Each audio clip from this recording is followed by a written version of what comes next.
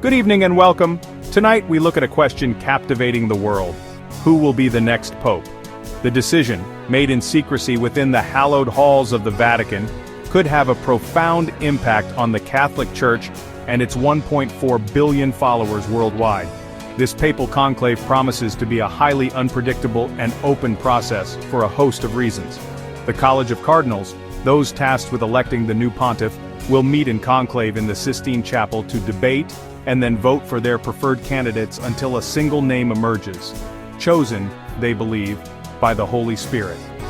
With 80% of the cardinals appointed by Pope Francis himself, they are not only electing a new leader for the first time in nearly a decade, but will offer a broad global perspective.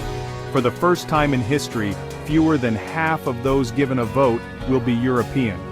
Could the cardinals elect an African or an Asian pope? Or might they favor one of the old hands of the Vatican administration? Here is a selection of names being mentioned as Francis's potential successor, and we expect more to emerge in the coming days. Cardinal Peter Kodwo Appiah Turkson, a name that resonates deeply within the halls of the Vatican, stands as a beacon of possibility. If chosen by his peers, the influential Cardinal Turkson would have the distinction of being the first African pope for 1,500 years. Born in Ghana, Cardinal Turkson's journey has been one of unwavering faith and dedication to the Church. He was the first Ghanaian to be made a cardinal, back in 2003, under Pope John Paul II. Like many on this list, Cardinal Turkson was considered a potential pope a decade later when Francis was chosen. In fact, bookmakers made him the favorite ahead of voting. Cardinal Turkson is known for his energetic presence and his ability to connect with people from all walks of life. A guitarist who once played in a funk band, he brings a unique blend of tradition and modernity to the table. Like many cardinals from Africa, he leans conservative. However, he has opposed the criminalization of gay relationships in African countries, including his native Ghana. In a BBC interview in 2023, while Ghana's parliament was discussing a bill imposing harsh penalties on LGBTQ+ people, Turkson said he felt homosexuality should not be treated as an offense. In the heart of the Vatican, where whispers of power echo through ancient corridors, Cardinal Pietro Parolin is a force to be reckoned with. As the Vatican's Secretary of State under Pope Francis, he served as the Pope's chief advisor, a position of immense influence. Cardinal Parolin also heads the Roman Curia, the Church's central administration, making him intimately familiar with the intricate workings of this ancient institution. Having acted effectively as deputy pope, he could be considered a frontrunner. He is viewed by some as more likely to prioritize diplomacy and a global outlook than the purity of Catholic dogma. His critics consider that a problem, while his supporters see a strength. But he has been critical of the legalization of same-sex marriage around the world, calling a landmark 2015 vote in favor in the Republic of Ireland a defeat for humanity. The bookmakers may back him, but Cardinal Parolin will be well aware of an old Italian saying that stresses the uncertainty of the pope-picking process. He who enters a conclave as a pope, leaves it as a cardinal.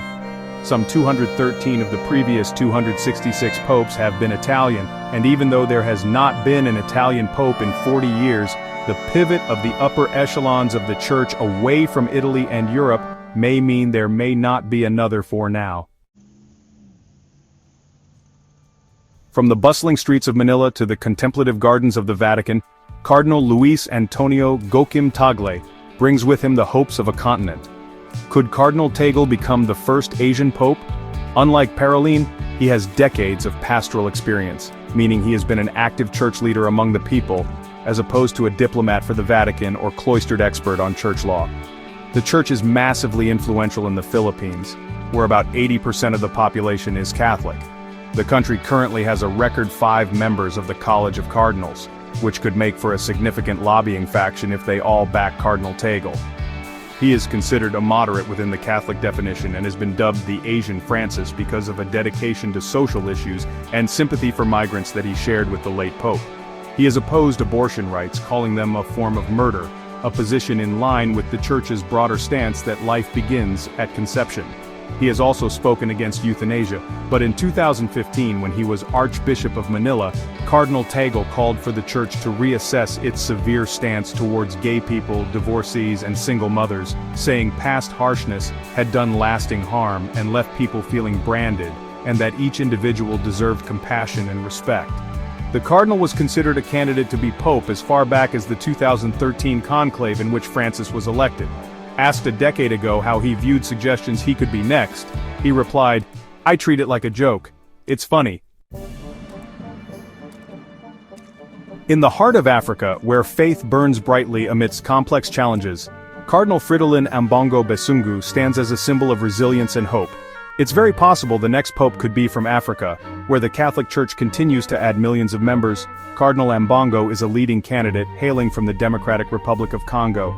He has been Archbishop of Kinshasa for 7 years and was appointed cardinal by Pope Francis. He is a cultural conservative, opposing blessings for same-sex marriage, stating that unions of persons of the same sex are considered contradictory to cultural norms and intrinsically evil. Though Christianity is the majority religion in the DRC, Christians there have faced death and persecution at the hands of jihadist group Islamic State and associated rebels. Against that backdrop, Cardinal Ambongo is viewed as a fierce advocate for the church, but in a 2020 interview, he spoke in favor of religious plurality, saying, "Let Protestants be Protestants and Muslims be Muslims. We are going to work with them. But everyone has to keep their own identity." Such comments could lead some cardinals to wonder if he fully embraces their sense of mission, in which Catholics hope to spread the Church's word throughout the world. The world waits with bated breath, watching as the College of Cardinals convenes within the Vatican walls. The decision they make, shrouded in tradition and prayer, will reverberate far beyond the confines of the Church. These men, each with their own unique experiences and perspectives, carry the weight of history on their shoulders. The next pope will inherit a church grappling with complex issues, from climate change and poverty to questions of doctrine and social justice. Stay tuned as we continue to follow this developing story. The next pope will shape the future of the Catholic Church and its 1.4 billion followers worldwide.